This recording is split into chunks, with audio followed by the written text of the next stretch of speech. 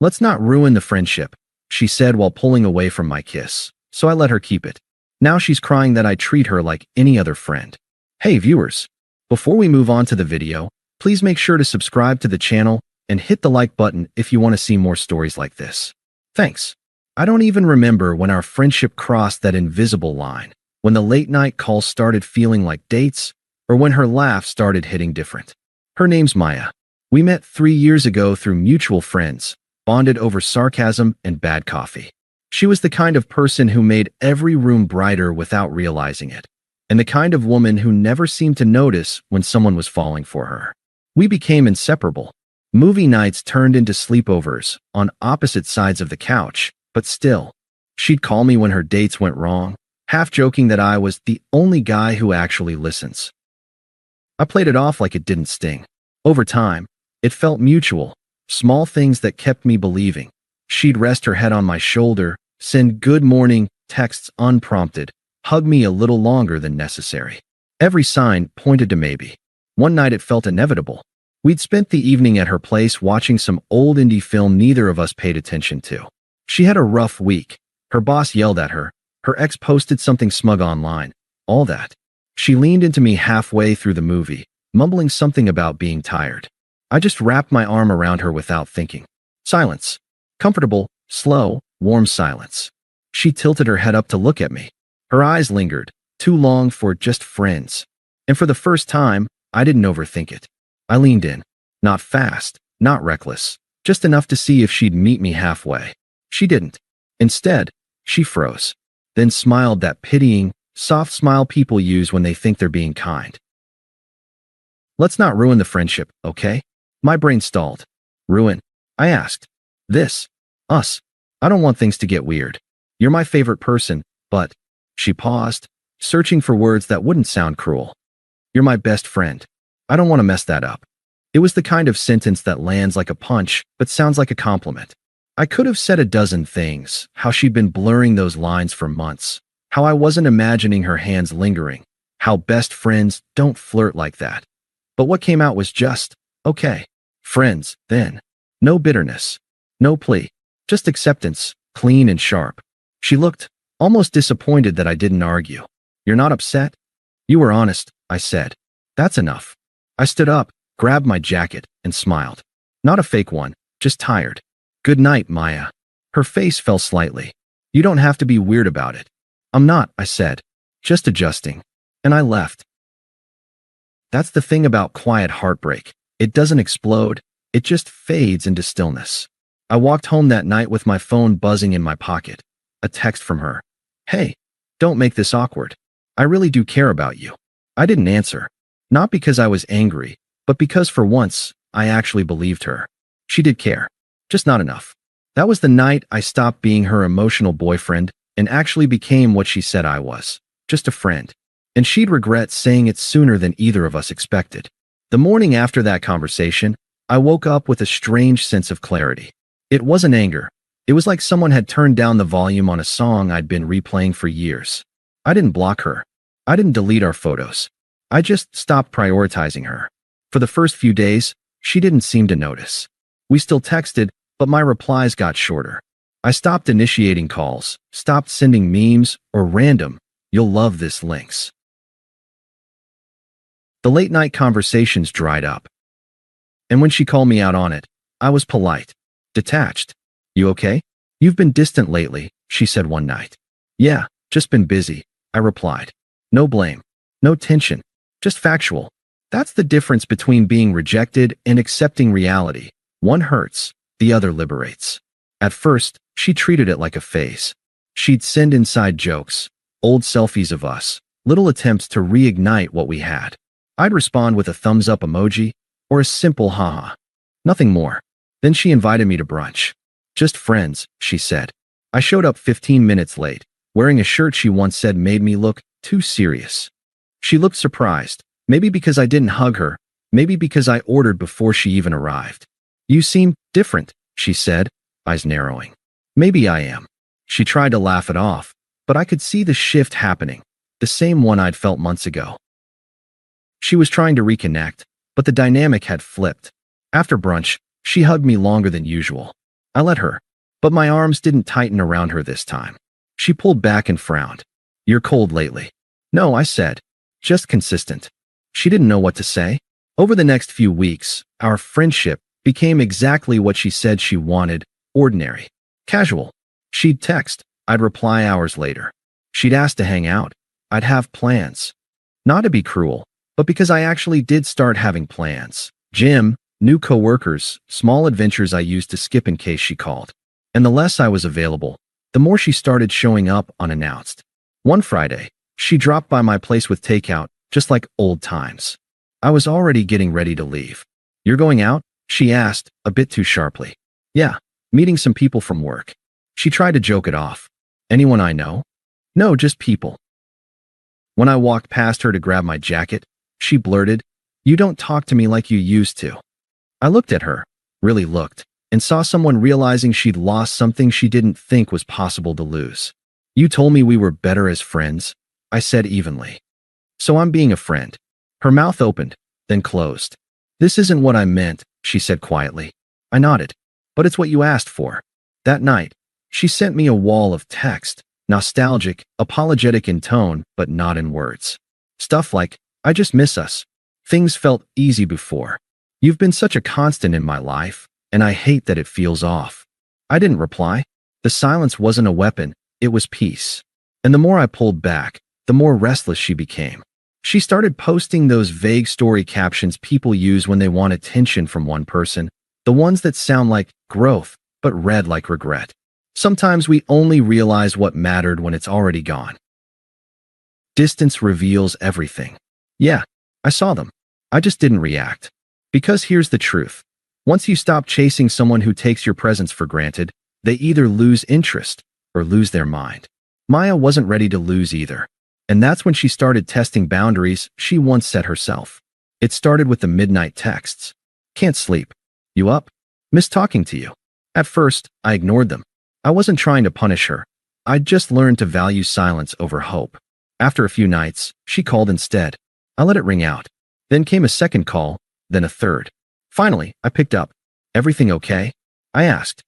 Yeah, she said quickly. Just couldn't sleep. Then you should try. There was a long pause, the kind where you can hear someone trying not to cry. You don't care anymore, do you? I didn't lie. Not the way I used to. The line went quiet. She mumbled something about being tired and hung up. That was the first crack in her composure. A week later, she accidentally bumped into me at a coffee shop near my office, the one she never used to go to. She acted surprised. Oh my God, hey. I didn't know you came here. I raised an eyebrow. I've been coming here for 2 years. She laughed awkwardly, twirling her straw. I guess I just forgot. We sat for a minute, polite small talk, nothing deeper. I could feel her fishing for something, some reaction that would prove I still cared. But she got nothing. When I stood to leave, she reached out. Hey, we're okay, right? I feel like you're mad at me. No, I said simply. We're just not what we used to be. Her expression faltered. I didn't think things would change this much. They usually do when someone walks away, I said, and left. That was the first time I saw her look truly unsure. Over the next month, she tried everything to reinsert herself into my life, tagging me in memes again, accidentally leaving comments on my posts, even showing up at group events she used to skip. At one of them, I noticed her watching me more than talking. I was chatting with a new coworker, a woman named Lila, sharp, funny, confident, and Maya couldn't stop glancing over. Later that night, I got another message. So who's Lila? I stared at it for a while, then replied, a friend. What? Just asking. You two seemed close. Yeah, she's great. No emoji. No elaboration. Just truth. The next day, she texted again. You're different with her. I'm the same, I said. You just stopped paying attention. She left me on read for a day, then called again that night. Can we talk? I just feel like everything's weird lately. Because you made it weird, I said calmly. She exhaled sharply, frustrated. You don't have to be so cold, you know. You told me to be your friend. I'm being one. Silence again. Then, softly, I miss how you used to look at me. That line hit harder than I wanted it to, but I didn't give her the satisfaction of hearing that. You can't miss something you threw away, I said, and ended the call. That was the night I realized she wasn't confused anymore. She was jealous, not of who I was seeing, but of who I'd become without her. Detached, focused, free. And the more grounded I became, the more unsteady she got. She started showing up at my gym just to say hi, sending me old photos with captions like "Remember this day?"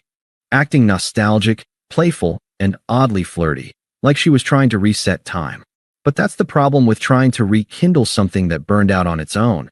All you get is smoke. The more she tried, the more I saw through it. It wasn't love. It was possession. And the moment she realized I wasn't coming back, that's when her desperation turned from subtle to obvious. Because when someone used to being adored suddenly loses control of the narrative, they'll do anything to rewrite it. And Maya was about to do exactly that. It started small, a late night, "Hey, can we talk?" message, then 2 more the next night, then a phone call, then another. By the end of the week, she'd sent 11 messages in a row. "I've been thinking about us. You were always so patient with me. I feel like I made a mistake. Can we meet? Just coffee, please." I didn't answer right away. I read them all, then left them unopened for a day. The next evening, she showed up outside my building. She was leaning against her car, arms crossed, pretending to scroll through her phone. "Hey," she said when I approached, forcing a smile. "What a coincidence. You texted me 5 times, I said. "Okay. Yeah, but I didn't think you'd actually ignore me like that." Her tone wasn't angry, it was wounded.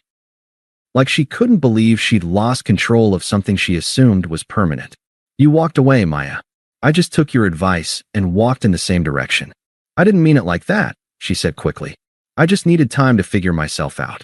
I stayed quiet. She kept going. "You were always the safe one. I thought maybe I was missing out on something exciting. But I was wrong." I raised an eyebrow. "And you realized that when?" She looked down. "When I tried dating again." "Oh, there it was. Didn't go well?" I asked. "He wasn't you," she said softly. "He said all the right things at first, but then he just changed. He made me feel small." I let the silence sit. She searched my face, waiting for sympathy that wasn't coming. "You always treated me like I mattered," she whispered. I didn't appreciate that enough.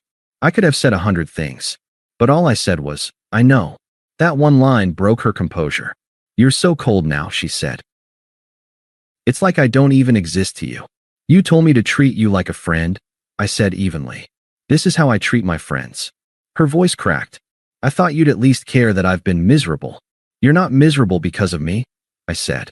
"You're miserable because you gambled something real for something temporary." She looked at me like I'd slapped her. "Wow, you've really changed. That's what moving on looks like." She laughed bitterly, wiping her eyes. "You think you're better than me now, don't you?" "No," I said. "I just stopped letting you define my worth." She didn't reply, just got in her car and drove off. Over the next few weeks, her behavior escalated. She texted mutual friends, trying to find out if I was seeing someone. She accidentally liked old photos of me and Lila on Instagram. She even sent me a drunk voice note saying, "I hate that you don't chase me anymore." The next morning, she tried to play it off. "Ignore that. I was just emotional." But the cracks were too deep to hide. Then came the real twist. She tried to turn herself into the victim. She posted a vague story. "Some people change so much, you wonder if they ever cared at all." Mutual friends sent me screenshots. I didn't respond. 2 days later, she messaged me again. "Can we please just talk? I want to clear the air." I ignored it. She called. I let it ring. Then she called again and again, until finally, I picked up just to stop the noise. "What do you want, Maya?" "I want us back," she said. "I know I messed up. I know I hurt you. But I was scared, okay? I thought you'd always be there no matter what I did." "That was your mistake," I said quietly. Her voice broke. "Please don't say that. I can't stand how indifferent you sound." "You taught me how," I replied. She went silent, then snapped. "You think you're so mature, so evolved, but you're just punishing me." "No," I said. "Punishment requires effort. This is just peace." That line must have hit her harder than anything else I'd said, because she didn't respond for a while. I heard her sniff, then whisper, "You really don't care anymore, do you?" "No, Maya. I really don't." Click. That was the last time I answered her call. After that, the begging turned into anger. The apologies turned into accusations. And the once smug woman who said, "We're better as friends," was now the one sending messages like, "You've changed. You used to love me. You'll regret ignoring me." But I didn't regret anything. Because I'd finally realized the truth. She hadn't lost me. She'd lost the version of herself that only existed when I loved her. And that's something she'll never get back. The silence after that call was the cleanest peace I'd felt in years. No texts. No guilt. No manipulation dressed up as affection. Just space. A month went by. I buried myself in work, started running again, joined a few meetups, and finally booked the trip I'd been postponing for ages. Life began to expand in every direction she'd once shrunk it. Meanwhile, the whispers started trickling in. Maya's rebound, the guy she'd been seeing casually after our breakup, turned out to be everything she'd accused me of being: controlling, emotionally distant, and bored of her in record time. He ghosted her 2 weeks after their exclusive talk. Apparently, she'd posted a story about choosing herself that same night, but people noticed she looked wrecked. Then came another rumor. She'd been venting about how all the good men are cold now. Mutual friends told me she'd started isolating herself. She wasn't invited to hangouts anymore because everything turned into a therapy session about her ex. That ex being me. I never commented. I didn't need to. One night, at a friend's birthday dinner, I ran into her again, by chance, or maybe not. She looked thinner, tired. The easy confidence she used to wear like perfume was gone. When she saw me, her eyes widened slightly, as if she hadn't prepared for how detached I'd look. "Hey," she said softly. "Didn't think you'd be here." "Guess life's full of surprises," I said. We were surrounded by people, but the air between us was heavy, that silent acknowledgement that time had shifted everything. "You look good," she said after a pause. "Thanks," I replied. "You too." She smiled faintly. "I've been meaning to reach out." "No need," I said. "We already said everything that needed saying." "You really don't miss me at all?" she asked, half laughing, half pleading. "I don't even think about you," I said truthfully. Her expression faltered. She tried to brush it off, but I could see the panic in her eyes. Later that night, I caught her watching me laugh with a few friends, maybe realizing that my peace didn't include her anymore. A few days after that, she sent me one last text. "I finally understand what I threw away. I hope you're happy." I didn't respond. Not because I wanted to be cruel, but because peace doesn't require an audience. 6 months later, I got an invitation to a mutual friend's wedding. I almost didn't go, but curiosity and closure have a strange way of aligning. When I arrived, she was there. Same black dress she used to wear to our anniversary dinners, as if trying to summon nostalgia. But all I felt was neutrality. I was with someone now, Lila. The same coworker Maya once rolled her eyes at. We'd grown close naturally, without the noise, without the games. Lila was elegance without performance. No pretense, no chaos. Just calm. Halfway through the reception, Maya approached me. "Hey," she said, voice a little shaky. "You look happy." "I am," I said simply. She looked at Lila, then back at me. "So you two are?" "Yeah," I said. "Been together a while now." She nodded, smiling through what looked like tears. "She seems sweet." "She is." There was a long silence. Then she said, "I used to think you were boring." I smiled faintly. "You told me that more than once." Turns out boring was peaceful, stable, kind. She looked down. "I thought I wanted passion, but I think I just wanted attention." "You always did," I said calmly. "The problem was you didn't know the difference." She nodded, biting her lip. "You really moved on, huh?" "Yeah," I said. "You told me to treat you like a friend." "So I did. And eventually, I treated you like any other acquaintance, someone I used to know." She exhaled shakily. "I hate how much that hurts." "It only hurts because you finally understand it's real," I said. Her eyes filled with tears. "I just want you to know I'm sorry. For everything. For taking you for granted." "I believe you," I said. "But that apology's for you, not me."